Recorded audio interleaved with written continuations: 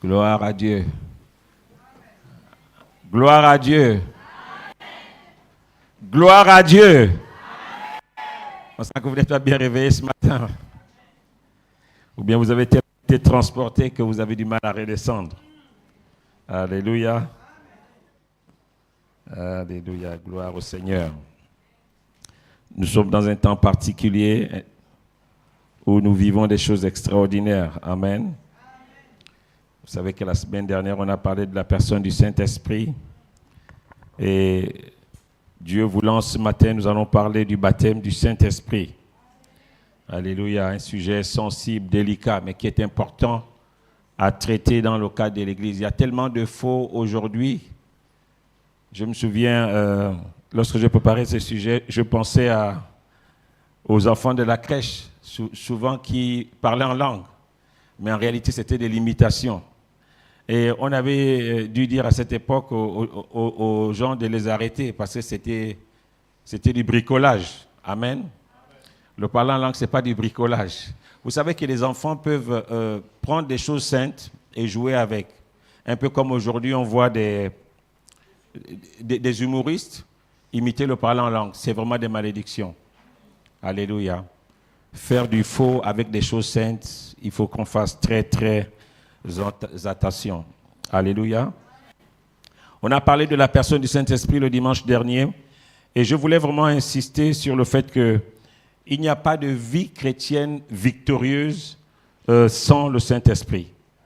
Ça, c'est très, très important. Lorsque vous arrivez quelque part et que les gens ne croient pas au Saint-Esprit, ne discutez même pas, vous passez votre route. Amen. Et il n'y a pas de vie chrétienne victorieuse sans une dépendance totale au Saint-Esprit. Pas de victoire, pas de gloire sans une dépendance totale au Saint-Esprit. Alléluia. Et notre sujet de ce matin sur le baptême sur le Saint-Esprit, on va le traiter de façon un peu rigoureuse, méthodique, et on va aller doucement pour que l'on puisse avoir de bonnes bases. Pour que si vous arrivez quelque part et qu'on vous raconte des bricoles, vous ayez des bases solides. Amen. Donc, première chose à noter, vraiment important, pas de vie chrétienne sans Saint-Esprit. Ça n'existe pas.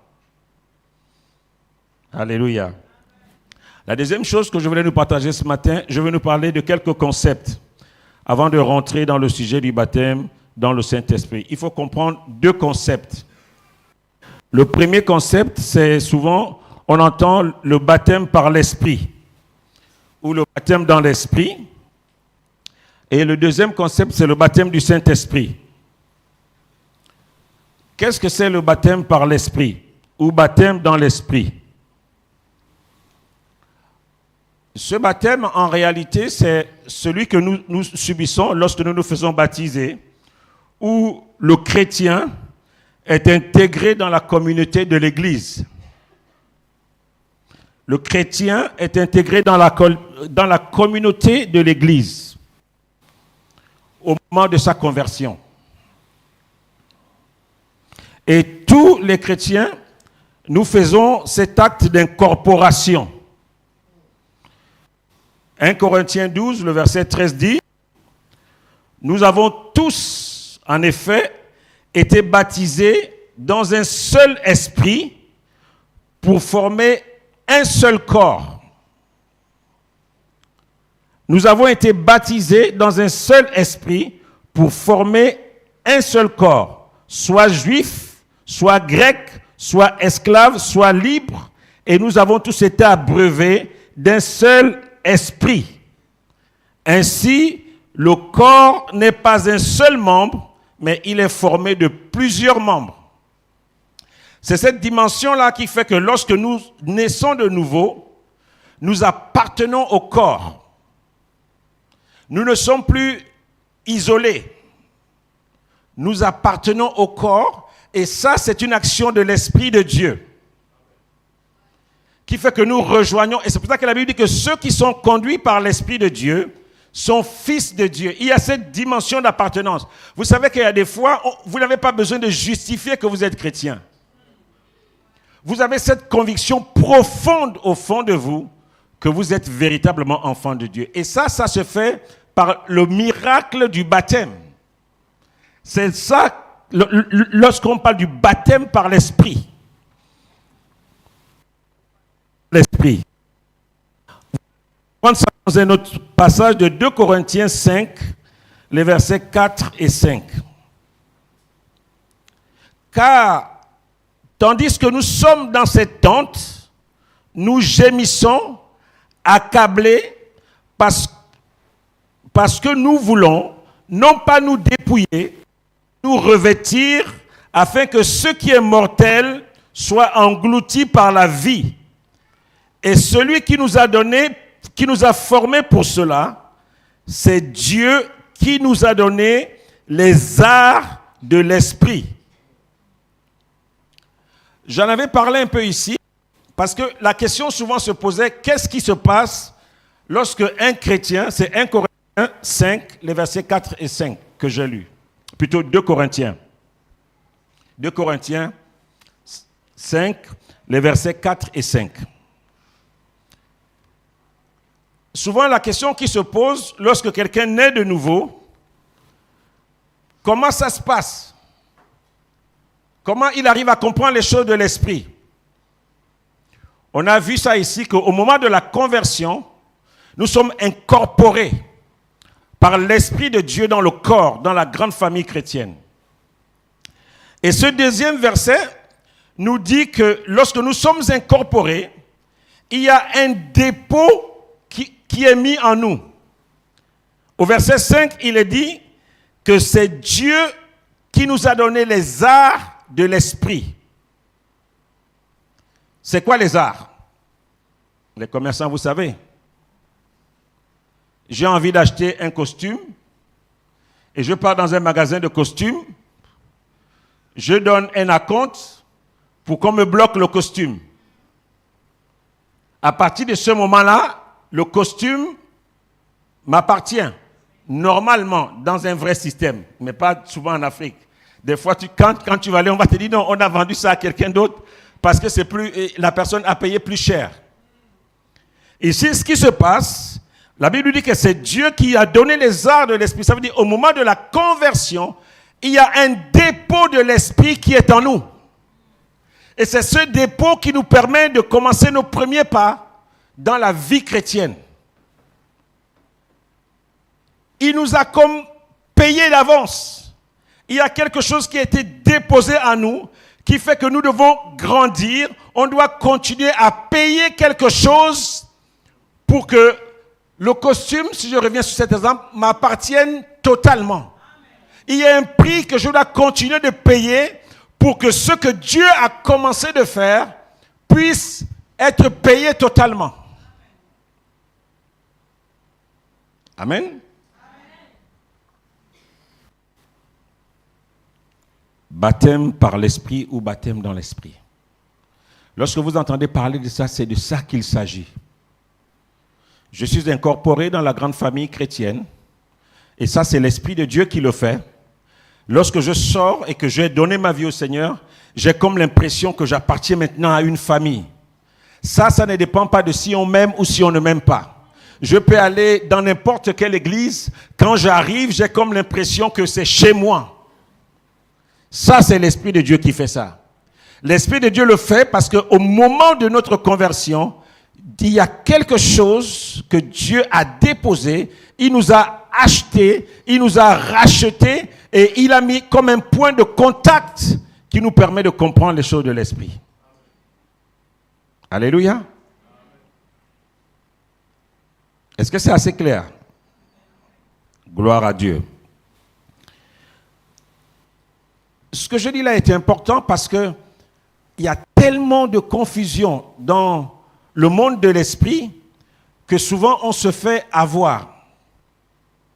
Ce n'est pas tout ce qui bouge, ce n'est pas tout ce qui secoue les salles, ce n'est pas tout ce qui casse les bancs qui est esprit de Dieu. Et nous devons faire beaucoup attention. Vous savez que, j'aime bien le dire, lorsque nous naissons de nouveau, notre esprit qui était mort revient à la vie. cet esprit revient à la vie et à nouveau, il peut être mis en contact avec l'Esprit de Dieu. Parce que l'Esprit parle à l'Esprit et la chair parle à la chair.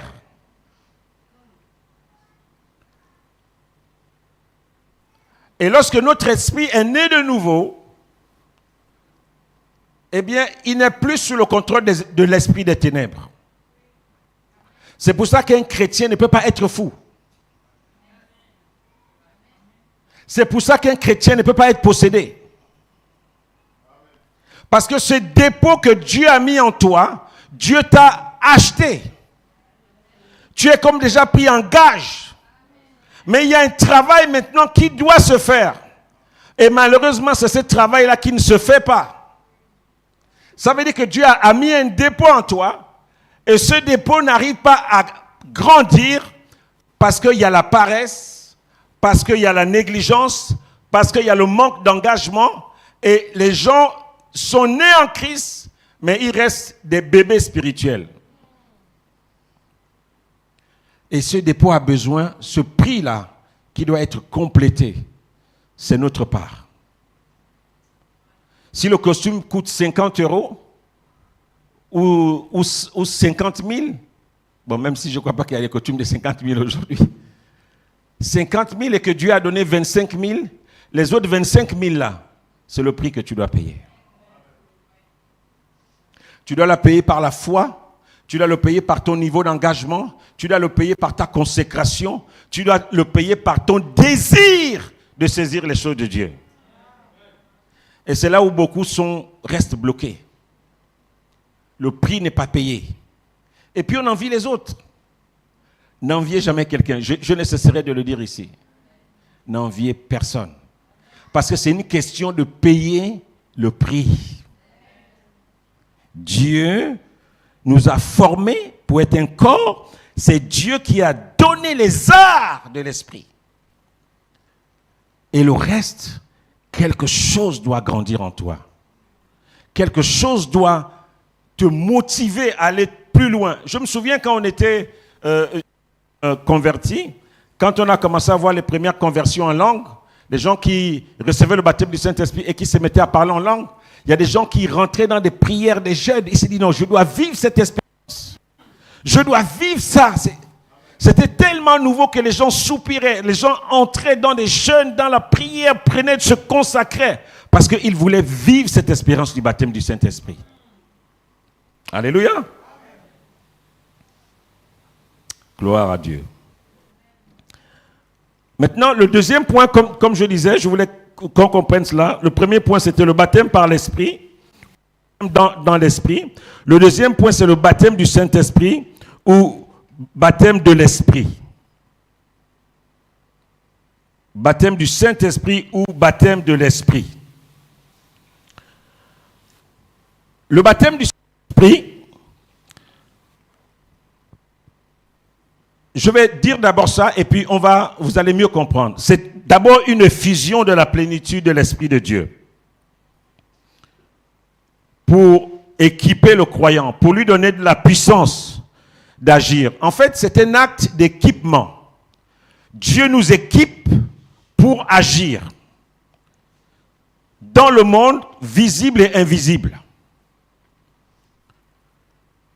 Le baptême du Saint-Esprit, je reprends, c'est un acte d'équipement où Dieu nous équipe pour agir dans le monde visible et invisible.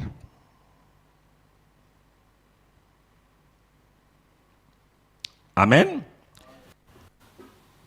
La première chose qu'il faut comprendre, c'est que le baptême du Saint-Esprit est une expérience spirituelle distincte de la conversion. On avait vu... Ouh là là. Le baptême dans le Saint-Esprit, ce n'est pas la conversion. On avait vu que l'acte de la conversion, c'est un acte d'incorporation dans le corps. Et ça, c'est l'Esprit de Dieu qui le fait. C'est quelque chose de surnaturel. C'est quelque chose qui ne dépend pas de vous. Vous êtes intégré dans le corps, dans l'Église, par l'Esprit de Dieu. Et Dieu dépose en vous une base de son Esprit et qui doit continuer de grandir en vous. Il met un dépôt en vous et ce dépôt doit continuer de grandir En d'autres termes, il y a des niveaux dans l'esprit. C'est pour ça qu'on parle du baptême du Saint-Esprit et de feu. Il y a des niveaux dans l'esprit. Et vous pouvez le voir au travers de l'histoire de l'Église, que tout le monde n'agissait pas avec la même grâce. Dans le domaine de l'esprit, il y a des niveaux. Et tous ces niveaux-là sont souvent liés à la capacité que l'individu qui est appelé a à payer le prix. À payer le prix, c'est souvent lié à ça. La personne qui est appelée, la capacité qu'il a à payer le prix. Je peux vous dire quelque chose ce matin. Si vous commencez à doubler votre vie de prière, à doubler votre niveau de consécration, cette église-là va chauffer. La vérité, je vous le dis, et ça me concerne, ça nous concerne nous tous. Le temps que nous passons avec Dieu est important. C'est ça qui change tout. Le prix. Si les arts sont à 25 et que pour les compléter, il en faut 75 et que je dors, je reste à 25. Et je ne rentre pas dans mon héritage. Le costume, potentiellement, il est à moi, mais je ne peux jamais le porter. Parce qu'il est toujours chez le commerçant, dans le prêt-à-porter.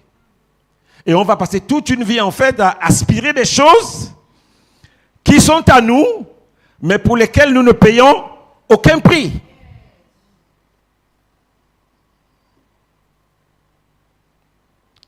Amen. Donc, le baptême du Saint-Esprit, c'est une autre expérience qui n'a rien à voir avec la conversion. Alléluia. J'aimerais parler aussi, avant de rentrer pleinement dans, aller un peu plus en profondeur, parler des différentes écoles aujourd'hui sur le baptême du Saint-Esprit. Qu'est-ce qu'on voit aujourd'hui? Qu'est-ce qu'on rencontre dans l'Église? Parce qu'on va aussi faire face à ça. Ce n'est pas parce que quelqu'un va parler de l'Esprit que vous croyez qu'il croit en tout dans l'Esprit. Amen. Nous sommes plus des mouvements pentecôtistes charismatiques. Ça veut dire que nous croyons à l'Esprit de Dieu et nous croyons au fait que Dieu utilise des hommes au travers des dons pour continuer d'agir dans l'Église aujourd'hui. Les dons, nous croyons que c'est pour notre époque. Ce n'est pas pour hier. C'est pour aujourd'hui. Donc, quelqu'un peut prier, peut avoir un don de guérison, un don de ceci, un don de ceci. C'est possible encore aujourd'hui. C'est pour ça que nous sommes charismatiques. Amen. Donc, j'aimerais un peu parler des différentes écoles, des différentes positions, de façon à ce que nous, on arrive à comprendre où nous sommes. Il y a 3 positions majeures.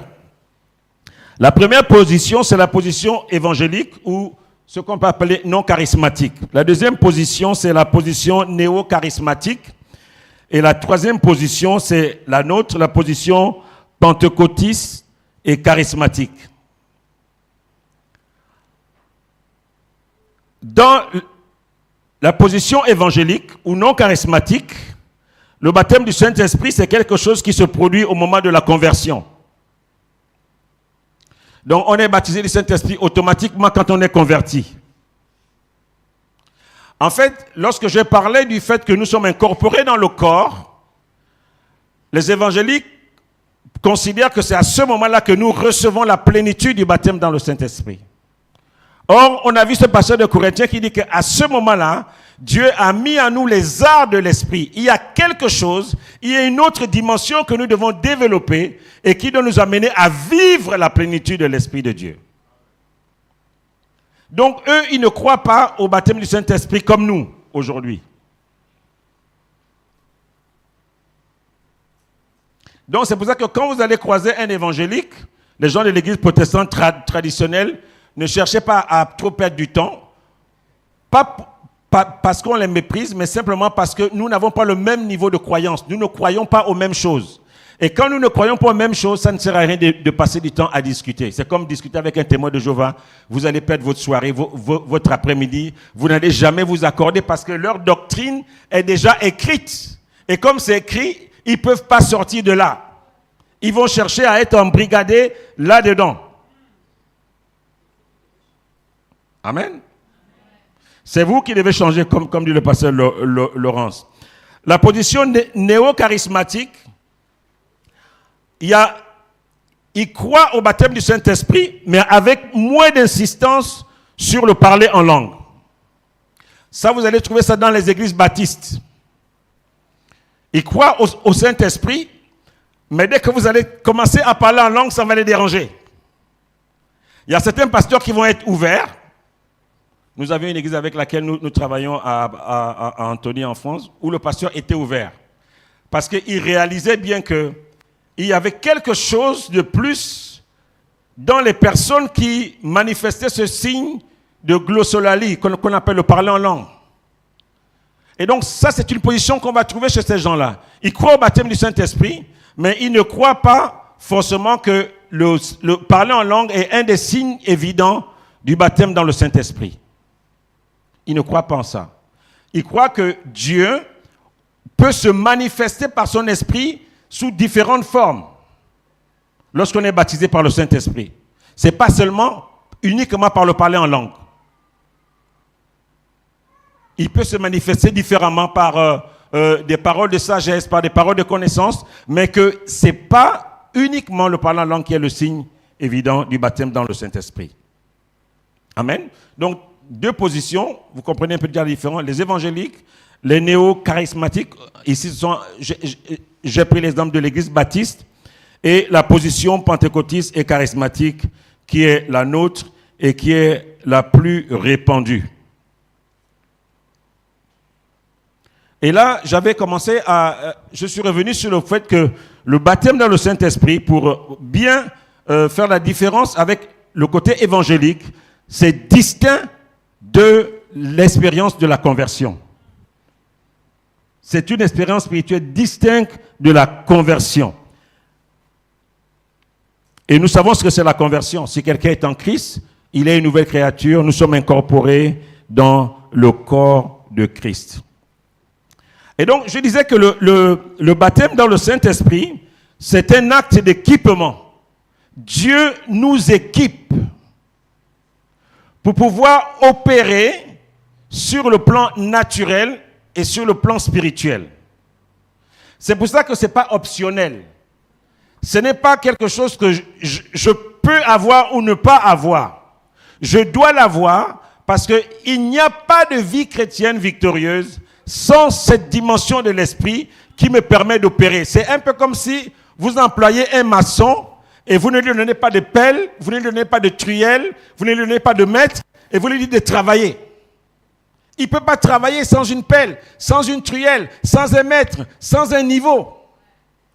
Un maçon a besoin de ces outils-là pour travailler efficacement. Donc celui qui embauche le maçon, s'il veut que son maçon soit efficace, il va lui donner les outils qu'ils vont avec pour travailler efficacement. Amen. Donc, le baptême du Saint-Esprit, ce n'est pas un peu un cadeau qui est donné aux gens qui ont les bonnes têtes ou le meilleur profil. C'est que dès l'instant où vous êtes incorporé dans le corps, dès l'instant où vous êtes incorporé dans la tâche, dans un corps de métier, il y a un équipement qui va avec ça. Nous connaissons tous ce passage de Acte 8. Acte 1 plutôt au verset 8. Nous le connaissons tous. Mais vous recevrez une puissance, le Saint-Esprit, survenant sur vous, et vous serez mes témoins à Jérusalem, dans toute la Judée, dans la Samarie, et jusqu'aux extrémités de la terre. Ici, on revoit encore cette histoire où le Saint-Esprit est donné pour équiper le croyant de puissance pour le service, pour l'évangélisation et pour vivre une vie chrétienne victorieuse. C'est pour cela que le Saint-Esprit nous est donné. Le Saint-Esprit ne nous est pas donné d'abord pour parler en langue. Il nous est donné pour nous équiper. C'est un équipement qui nous est donné pour agir dans le monde naturel et dans le monde surnaturel. J'embauche des électriciens, je dois leur donner l'équipement nécessaire pour pouvoir travailler dans le domaine électrique. Sinon, un va être électrocuté. S'il n'a pas un instrument pour mesurer que le courant passe par là, il va être électrocuté. Et beaucoup de chrétiens sont électrocutés aujourd'hui parce qu'ils ne sont pas équipés au niveau où Dieu les attend. Naturellement, lorsqu'on vous embauche, vous allez attendre qu'on vous donne les EPI. C'est ça maintenant, non? Les gens qui travaillent sur le terrain, là. Ils veulent les EPI. Ce sont les équipements qui sont adaptés à votre environnement de travail. Sans ça, vous ne pouvez pas travailler. C'est pour ça que le baptême dans l'esprit, le fait d'être rempli de l'esprit de Dieu, c'est d'abord un équipement. C'est principalement un équipement que Dieu veut nous donner. Et nous allons comprendre pourquoi Dieu veut nous le donner. On va prendre quelques versets pour nous équiper, pour ceux qui veulent continuer un peu, pour ceux qui veulent avoir des bases bibliques, les fondements bibliques du baptême du Saint-Esprit. Matthieu 3, à partir du verset 11, vous pouvez l'écrire. On va lire juste quelques-uns. Matthieu 3, verset 11. Acte 1, 8, qu'on vient de lire. Acte 2, les versets 17 et 18. Acte 8, les versets 14 à 17. Acte 9, 17. Acte 10, 44, 46. Acte 19, les versets 1 à 6.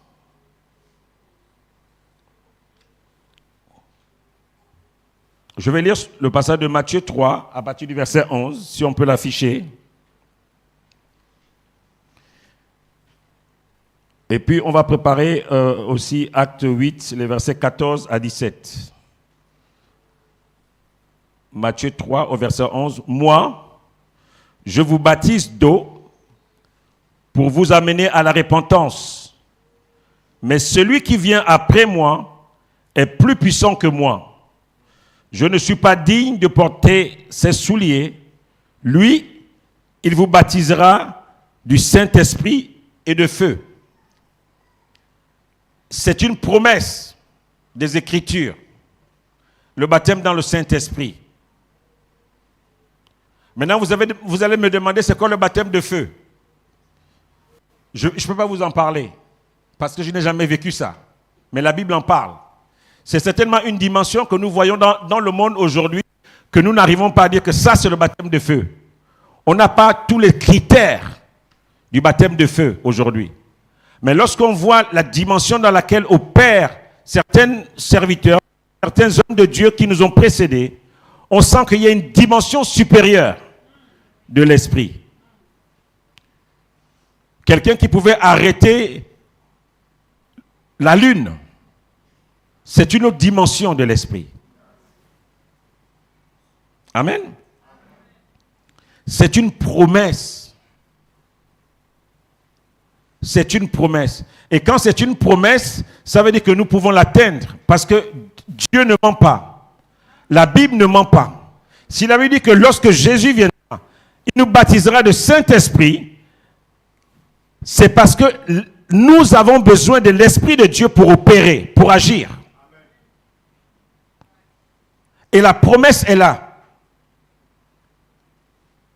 Et c'est à chacun de nous de saisir cette promesse par la foi et d'agir. Comme je vous disais à l'époque, lorsqu'on a commencé à voir au milieu de nous des premières personnes qui parlaient en langue, et qu'on avait cette promesse, on s'est dit, ça aussi c'est pour moi. Et les gens se consacraient. Et les gens rentraient dans la prière. Les gens rentraient dans des temps de jeûne. Parce qu'ils voulaient vivre, ils voulaient s'accaparer de cette promesse. Un peu comme la Bible dit d'aspirer aux dons. Nous pouvons aspirer aux dons et les avoir. Parce que c'est ce qui est écrit dans la parole de Dieu. Je peux aspirer aux dons de guérison. Mais si j'aspire aux dons de guérison pour qu'on affiche sur Internet que tel l'apôtre Alain, il a un don de guérison, si c'est pour ces motivations-là, 0 égale 0. Vous n'aurez rien. Parce que beaucoup de gens veulent des dons aujourd'hui pour être célèbres dans les réseaux sociaux. C'est pour ça que vous voyez qu'ils veulent des dons pour des besoins égoïstes. Il veut avoir de la visibilité. Combien de serviteurs de Dieu peuvent servir Dieu aujourd'hui dans l'anonymat? Ça, c'est rare. Ça veut dire que tu sers Dieu dans ton coin. Tu fais bien ton boulot. Tu es satisfait du service que tu rends à Dieu. Très, très peu. Très, très peu. Je me souviens de ce serviteur de Dieu qui nous a fait un témoignage. Il y avait eu un accident d'un avion de Air France. Je ne sais pas dans quel pays c'était, en Amérique latine. Et il disait qu'il devait être dans l'avion qui devait... cet avion qui a craché. Il devait prendre cet avion-là. Et le dimanche, il est allé prier dans une petite église qui ne payait pas de mine. Et là-bas, il a rencontré un vieux prophète. Un monsieur qui était âgé, qui avait servi fidèlement Dieu dans le cadre de son ministère. Et ce monsieur lui a dit de ne pas prendre ce vol-là. C'était un témoignage, je me souviens à l'époque, quand il y a eu cet accident d'Air France, ça passait un peu dans toutes les églises. Un petit prophète comme Antonella qui était là dans sa petite église tranquille et qui a donné une parole à quelqu'un, la personne a obéi, il a déplacé son vol et il a sauvé sa vie. Et ce qui est surprenant, il disait que ce prophète-là était dans l'anonymat. Il ne faisait pas la une des réseaux sociaux. Il n'avait pas 100 000 abonnés sur TikTok. Les besoins et les motivations égoïstes. C'est ça qui fait que l'Esprit de Dieu aujourd'hui a du mal avec nos églises charismatiques. C'est ça qui fait que l'Esprit de Dieu a du mal dans nos systèmes évangéliques. Les gens veulent Jésus plus la célébrité. Amen. Comment recevoir le baptême du Saint-Esprit? C'est ça qui est important pour nous.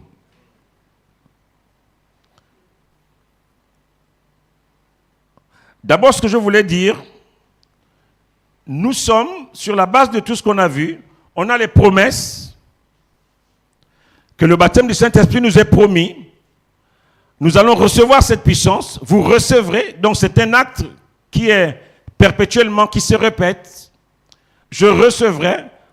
Lorsque celui qui est plus grand que moi viendra, il vous donnera le baptême du Saint-Esprit. Donc, tout ça, on voit ici que nous sommes éligibles. J'ai voulu utiliser ce mot pour recevoir le Saint-Esprit. Nous sommes éligibles. Ça, c'est ce qu'il faut retenir. Pour recevoir le baptême du Saint-Esprit. Je parle bien sûr du croyant. Après, on va voir quelques points importants plus bas. Nous sommes éligibles, écrivez-le. Je suis éligible pour recevoir le baptême du Saint-Esprit. 1 Corinthiens 6, je veux qu'on affiche ce verset, les versets 19 à 20.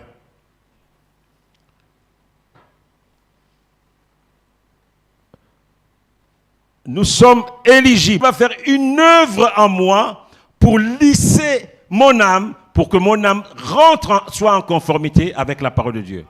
C'est ça que la Bible dit, nous sommes transformés par le renouvellement de l'intelligence. Et ça, c'est une action continue. C'est pour ça que l'acte de la conversion, c'est quelque chose qui est continu. On se convertit, plus nous connaissons.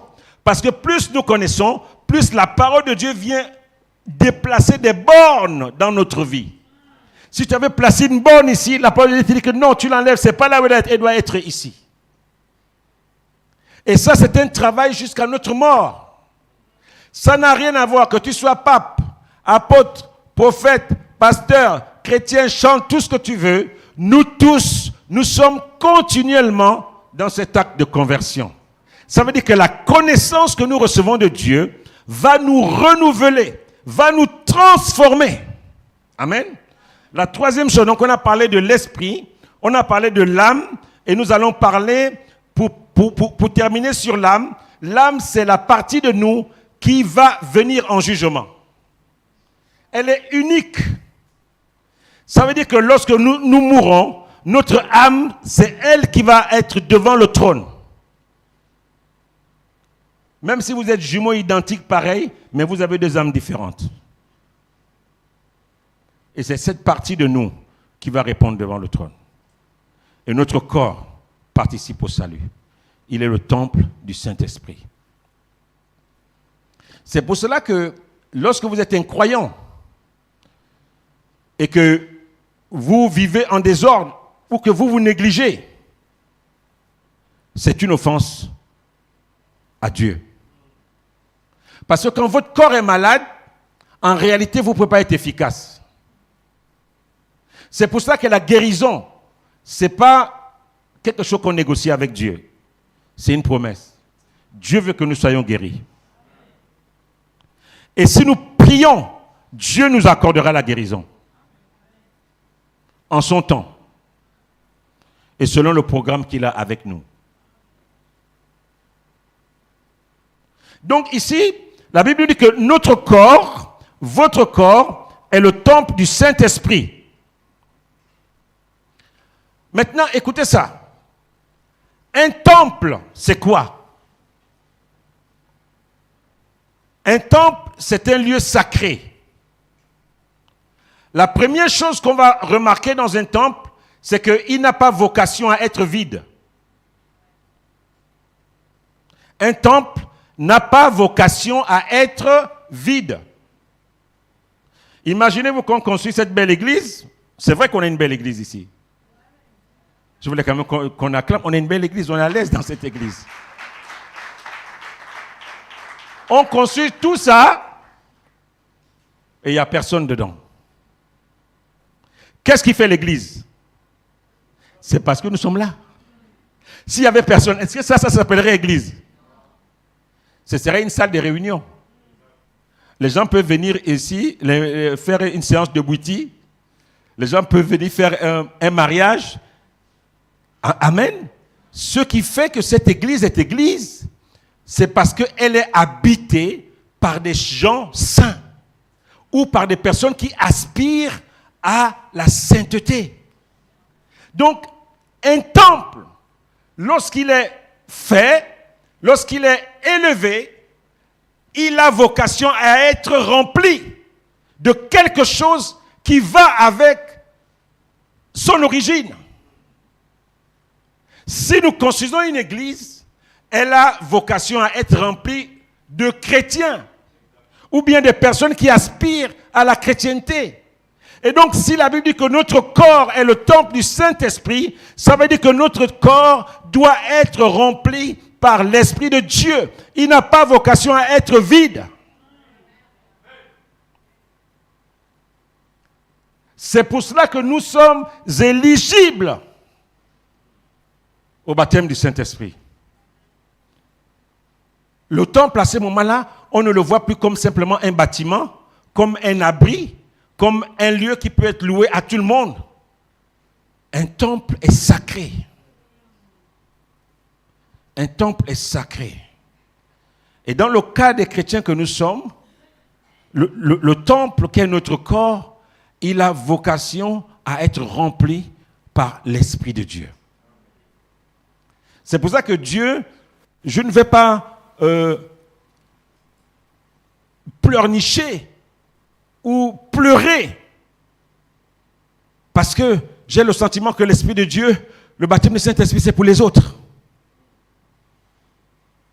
Si tu as le sentiment que tu es vide, le temple du Saint-Esprit qui est ton corps a besoin d'être rempli par l'Esprit de Dieu.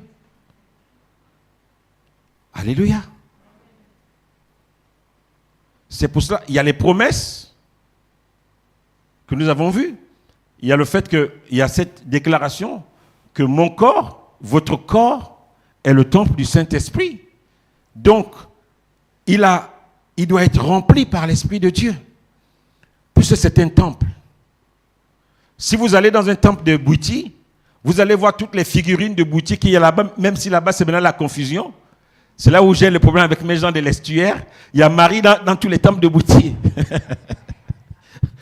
J'embête souvent le pasteur, mais vous les fans de l'estuaire, vraiment, il y a une confusion totale. On voit dans un temple de Bouti, il y a les figurines de Jésus, mais c'est une confusion impossible. Amen. Mon temple ne peut pas être vide. Il doit être habité par quelqu'un. Il doit être habité par quelque chose. Et la question que le Seigneur nous pose aujourd'hui, quel est le locataire de nos temples? Parce qu'on voit qu'on peut être chrétien et des fois poser des actes où on se demande que, est-ce qu'il y a Dieu dedans? Et comme dit le chant, est-ce que vraiment Dieu est dans ça? Amen.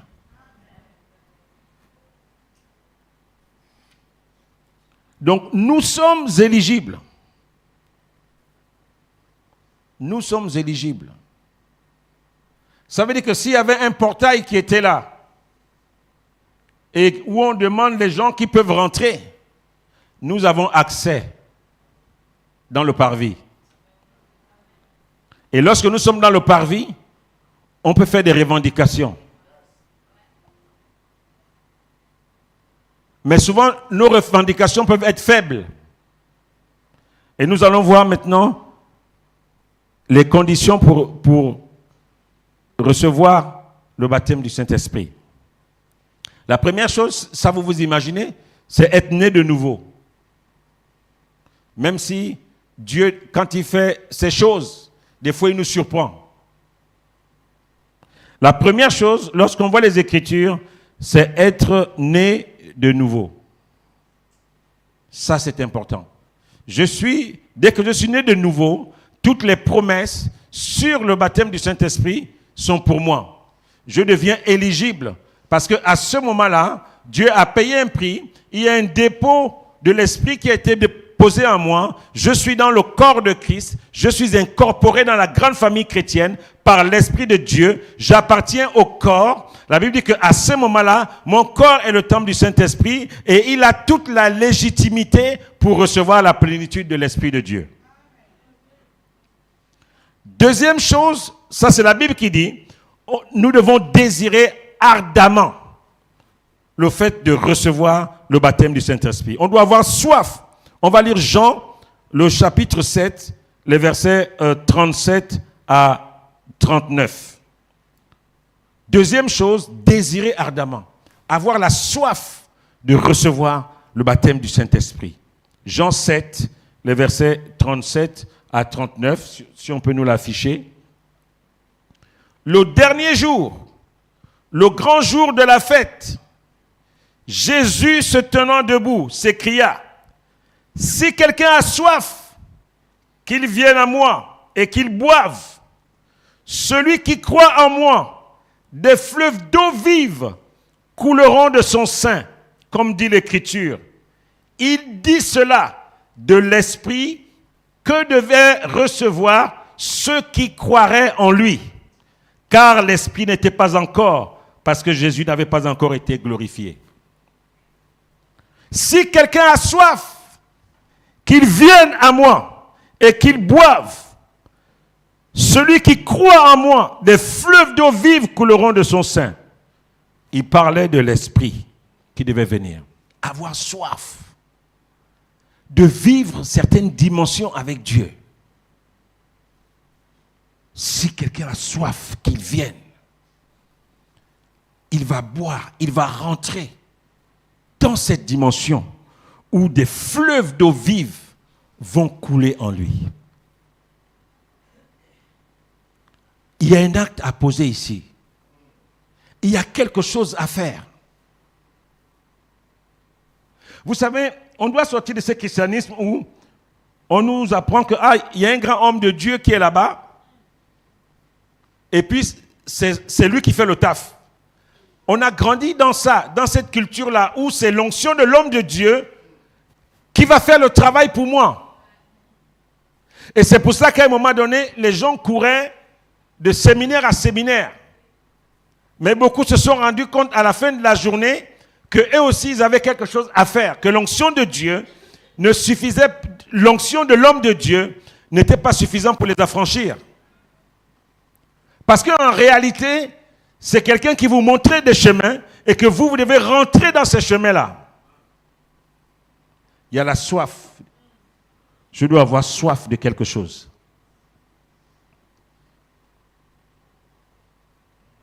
Je dois avoir soif. Je dois ressentir une certaine sécheresse. Et ça nous arrive des fois où tu sens que tu dois prendre un temps de jeûne. Tu sens que c'est plus ça, il y a plus de l'huile dans ta vie. Tu as comme l'impression que c'est grincé, tout est ça fait du bruit, ta vie, il y a trop de bruit. Tu arrives au bureau, bêtement, tu te chamailles avec quelqu'un, tu sors, et puis tu prends ta voiture, tu insultes quelqu'un qui a venu te faire quoi. Tu te dis que non, là c'est pas bon, ça grince. Et tu as besoin de prendre un temps avec Dieu. Si quelqu'un a soif, désirer ardemment. La troisième chose, on va voir ça dans Luc 11, à partir du verset 13.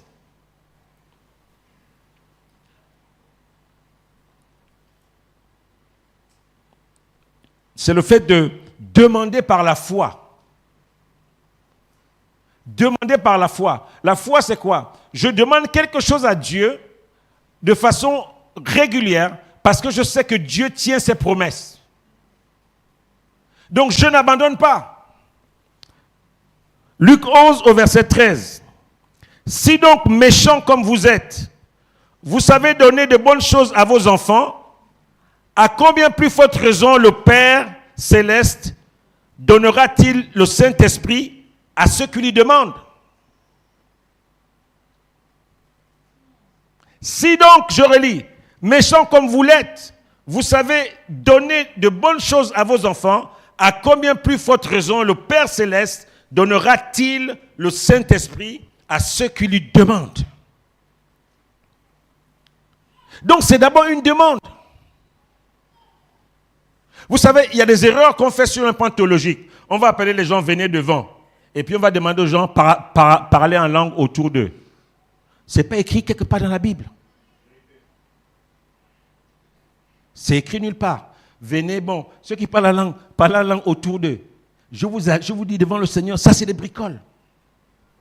On impose, le Saint-Esprit s'obtient. Dieu lui-même te baptise de Saint-Esprit dans l'église ou dans ta chambre ou dans un lieu de consécration ou par l'imposition des mains.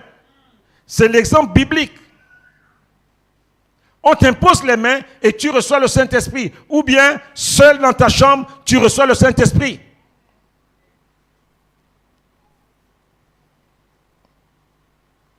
Donc, tous nos petits bricoles que l'on fait là, bon, parler en langue autour d'eux. Et puis, c'est comme ça qu'on a des gens qui ont des paroles en langue qui ne sont pas authentiques. C'est pas authentique. Parce qu'il a entendu, et puis, il ne veut pas repartir sans avoir dit, fais quelque chose. Vous savez, une des choses, quand on a commencé à servir Dieu, des fois, le ministère, les dons, pourquoi ça meurt dans l'église? Parce que les gens croient que c'est eux qui guérissent les gens. On a lu le livre d'un serviteur avec le pasteur Laurent, il s'appelle Charles Price. C'était un grand homme de guérison. Et Charles Price, à un moment donné, il dit qu'il arrivait qu'il priait pour des gens, et puis tout le monde n'était pas guéri. Et quand il rentrait chez lui, il allait pleurer. Et jusqu'à Dieu lui a dit que non, mais ce n'est pas toi qui guéris les gens. C'est moi qui guéris les gens. Donc, ce n'est pas parce que tu as ton petit don de guérison que tu vas croire que toutes les personnes que tu vas toucher vont être guéries. Et il était souvent déçu de réaliser que quelqu'un n'a pas été guéri. Et donc, nous, quand nous commençons le ministère, je me souviens, venez, nous allons prier pour les malades. Et on est là assis. Tu choisis les cas. Tu dis que... Tu vois, les hommes de Dieu, levez-vous. On s'élève. Bon, priez pour les malades. Donc, tu choisis, tu regardes les cas, tu dis, non, c'est pas faux. Je vous en parle parce qu'il faut rire du diable. C'est Dieu qui opère. C'est Dieu qui opère. Et donc, tu voyais d'abord l'homme de Dieu, les étoiles, mais prie. Tu vois un serviteur de Dieu qui est là. Il va prier pour quelqu'un qui est ici. Les grands cas, là, tu sens le gars, il est là. Là. Mais c'est Dieu qui guérit. Alléluia. C'est Dieu qui fait grâce. C'est pour ça que le Seigneur nous rappelle, nous dit ces paroles. Si donc méchants comme vous l'êtes, vous savez donner de bonnes choses à vos enfants, à combien plus forte raison le Père Céleste ne donnera-t-il pas le Saint-Esprit à ceux qui lui demandent? Qui lui demandent. On a vu qu'il fallait le demander ardemment. Ça doit être un désir profond. Nous devons saisir cela par la foi. C'est pour ça qu'on nous a donné des promesses. On dit que c'est quelque chose qui est pour nous. Dès l'instant où nous sommes incorporés dans la grande famille chrétienne, nous sommes éligibles, qualifiés pour recevoir le baptême du Saint-Esprit. Parce que Dieu, lorsqu'on lui demande quelque chose, lorsqu'on lui demande le Saint-Esprit, il nous l'accorde. Donc là, nous sommes simplement dans une question de temps. Nous ne sommes pas dans une question que j'ai péché. C'est vrai que ça peut rentrer en compte. Mais vous savez, des fois, nos petits péchés, excusez-moi de dire ça comme ça, Dieu, des fois, il s'en moque. Parce qu'il sait là où il va t'attraper.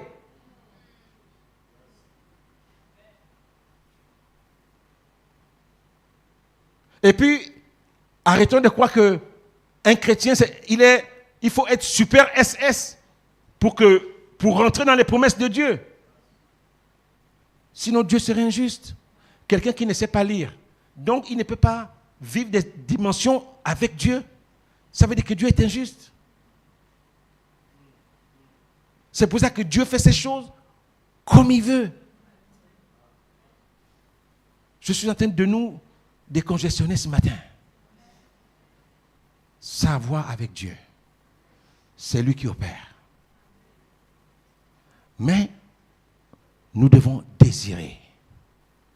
Nous devons aspirer, nous devons soupirer. Comme nous dit la Bible, d'aspirer au don. Nous devons soupirer. Et le baptême du Saint-Esprit, c'est un équipement. C'est un équipement. Où tu dis à Dieu, Seigneur, tu veux que je te serve, mais je ne suis pas équipé. Je n'ai pas la puissance pour agir, pour opérer dans le surnaturel. Tu arrives dans ton village, on te dit là-bas qu'il y a un sorcier qui mange les gens. Toute la nuit, tu as du mal à dormir parce que tu as peur. Alors que Dieu veut que tu opères dans le surnaturel. Alléluia. La quatrième chose. Le quatrième point. Donc on a vu les conditions. Le premier point, être né de nouveau. Le deuxième point, désirer ardemment. On a lu Jean 7, 37 à 39. Le troisième point, demander par la foi. On a vu Luc 11, 13. On voit aussi le fait de se faire imposer les mains. C'est quelque chose qui est optionnel, puisqu'on voit que dans la Bible, il y a des gens qui ont reçu le Saint-Esprit sans l'imposition des mains. Mais on voit aussi qu'il y a des gens qui ont reçu la Bible par imposition des mains. Donc on peut se rapprocher d'un responsable spirituel mature et lui demander de prier pour nous, comme nous allons faire ce matin, pour recevoir le don du Saint-Esprit. Acte 8, les versets 15 à 17. Se faire imposer les mains. Acte 8, les versets 15 à 17.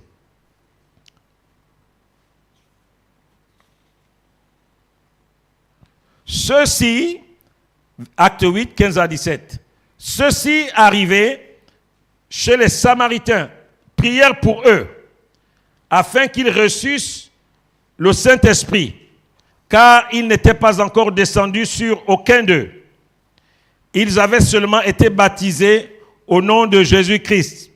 Alors Pierre et Jean leur imposèrent les mains et ils reçurent le Saint-Esprit. Pierre et Jean leur imposèrent les mains et ils reçurent le Saint-Esprit. Donc on voit bien ici un exemple biblique qui montre qu'on pouvait recevoir le baptême du Saint-Esprit par l'imposition des mains. Des apôtres, des serviteurs, de tout ce que l'on veut. Et c'est quelque chose qui est encore valable aujourd'hui, que l'on voit. Amen. On voit dans Actes 19, les versets 3 et 7, il dit de quel baptême, Actes 19, les versets 3 et 7. Il dit de quel baptême avez-vous été donc baptisés? Ils répondirent du baptême de Jean. Alors Paul dit, Jean a baptisé du baptême de repentance, disant au peuple de croire en celui qui venait après lui, c'est-à-dire en Jésus. Sur ces paroles, ils furent baptisés au nom du Seigneur Jésus. Lorsque Paul leur eut imposé les mains, le Saint-Esprit vint sur eux et ils parlaient en langue et prophétisaient. Ils étaient en tout environ 12 hommes. Amen. Donc on voit ici qu'il y a cette dimension où nous recevons le Saint-Esprit par l'imposition des mains des serviteurs de Dieu. Amen. Ici, voyez-vous, on a toujours affaire à des gens qui sont disposés, qui sont éligibles et qui ont soif. Donc ça, c'était le 4e point.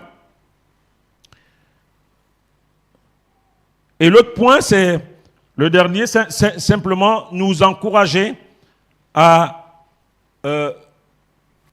aspirer au don de l'esprit. Vous savez, nous pouvons prier pour avoir les dons de l'esprit. Les gens, souvent, nous sommes passifs. Et on s'attend à ce qu'un jour on dort, et puis on se réveille avec un don de miracle. En fait, dès que tu touches un malade, oh, donc ça marche. Et puis tu dis, mais j'ai reçu un don de miracle. Non. La vérité, ça ne se passe pas comme ça. On aspire aux dons les meilleurs. Mais comme toujours, la motivation derrière, c'est important. Si tu veux un don de parole de connaissance pour avoir aussi les vues, je vais dire quelque chose qui n'est pas... Pour être aussi célèbre que Marcel Tunassi, ça veut dire que tu as un problème. Tu ne l'auras pas. Parce que Marcel Tunassi ne savait pas qu'il allait devenir ce qu'il est aujourd'hui. Il a servi Dieu simplement.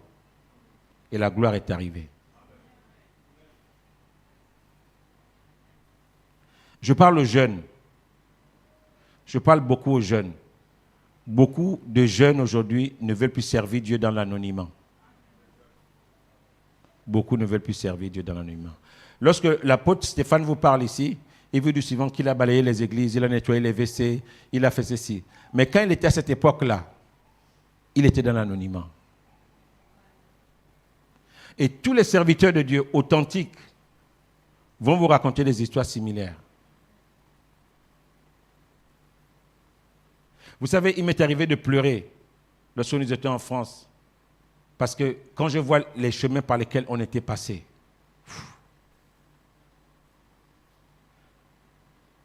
et quand tu vois les trahisons que tu as vécues, tu pleures des fois, tu dis Seigneur, ton église là c'est compliqué. Avec le pasteur Laurence, on laissait nos enfants à la maison. Des fois, je ne sais même pas quel âge ils avaient. On parcourait des fois 150 km pour aller prier pour quelqu'un qui après ne venait même pas à l'église. 150 km. On laissait nos enfants seuls. Dans le froid de France, tu dépenses ton carburant. Tu prends des risques dans la nuit. Je vous dis qu'on a fait des choses pour le Seigneur. Des fois, je me dis, Seigneur, non, ce n'est pas possible. J'ai discuté avec un serviteur de Dieu, Jean-Louis Jaillet, avant sa mort. Et il a dit ceci, c'était un homme de Dieu, un serviteur de Dieu qui a beaucoup inspiré le réveil au Gabon. Et il m'a dit, tu sais, je ne sais pas si beaucoup de serviteurs de Dieu aujourd'hui peuvent servir Dieu comme nous on est rentrés dans le ministère. Ils rentraient vraiment par la foi. Ils rentraient par la foi. Et aujourd'hui, la crise de vocation qu'on a dans l'église, c'est parce que plus personne ne veut commencer petit. Tout le monde veut commencer grand. Et c'est ça qui crée une crise de vocation dans l'église. Parce que tu veux te rassurer que si je commence là, je serai célèbre. Les gens préfèrent avoir leur petite vie tranquille, ton petit boulot, ta petite femme, ta petite voiture, tes petits-enfants avec les pantalons bien repassés, très droits. Vous venez costume, cravate, vous venez à l'église, vous vous asseyez le dimanche et vous repartez vendredi. Si vous pouvez venir, vous venez. Plus personne ne veut se mouiller. Plus personne ne veut se mouiller. Plus personne.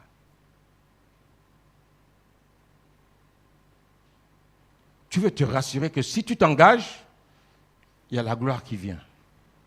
Mais bien aimé, demandez le témoignage des gens aujourd'hui plus ou moins que vous admirez. Ils ont trimé. Ils ont trimé. Alléluia. Ils ont trimé. Ils ont payé un prix. Dieu a déposé en toi des arts. Et il y a un prix qui doit continuer à être payé. Je défie quiconque dans cette salle.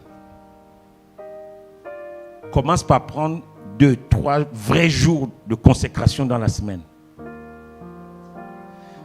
Le pasteur va te remarquer et il va te dire, dimanche prochain, c'est toi qui prêches. Ton discours va commencer à changer. Ta consécration va commencer à changer. Il y a une dimension de l'esprit qui va se créer autour de toi.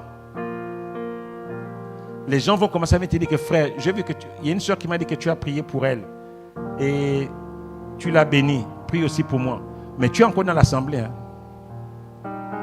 Les choses vont commencer à changer.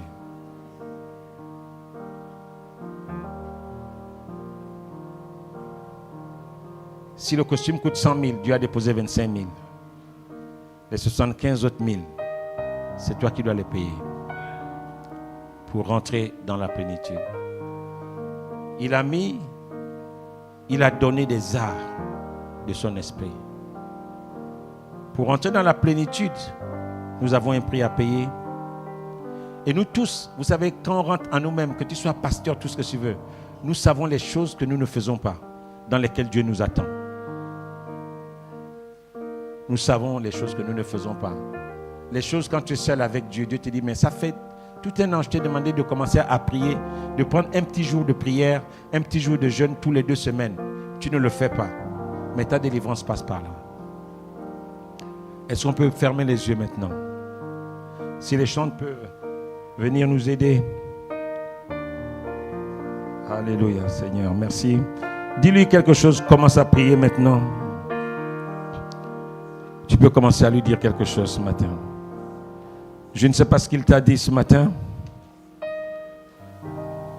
Alléluia, Seigneur, gloire à toi. Alléluia, ta gloire est tangible en ce lieu. De grandes choses vont arriver. Le surnaturel doit être activé ce matin. Alléluia, dis-lui quelque chose ce matin avec tes propres mots. Sortons des bricoles ce matin. Dieu veut de la performance. Seigneur, aide-nous. Tu connais nos faiblesses. Tu connais les choses dans lesquelles nous voulons sortir. Seigneur, tu connais les bagarres secrètes que nous avons dans notre vie. Les choses qui nous lient ce matin. Seigneur, par la foi, nous voulons les déposer à tes pieds. Par la foi, je vais déposer tout cela à tes pieds ce matin et je vais me lever. Seigneur, je veux me lever ce matin. Et je veux par la foi déposer mes faiblesses à tes pieds. Tout ce qui m'empêche d'avancer, Seigneur, je veux par la foi ce matin le déposer à tes pieds, Seigneur. Tout ce qui m'empêche d'agir, je veux jeter cela à ses pieds ce matin. Ce matin, je veux que chacun de nous, tu poses un acte de foi, tu prends tes faiblesses, dépose-les au pied de la croix. Nous tous, nous avons des faiblesses. Nous avons quelque part un domaine dans lequel Dieu peut nous attraper, Dieu peut nous saisir, que là, c'est pas bon. Mais Dieu veut ce matin que par la foi, tu le mettes à ses pieds et que tu te positionnes. Parce qu'il est là, il veut nous aider ce matin. Il veut nous aider ce matin.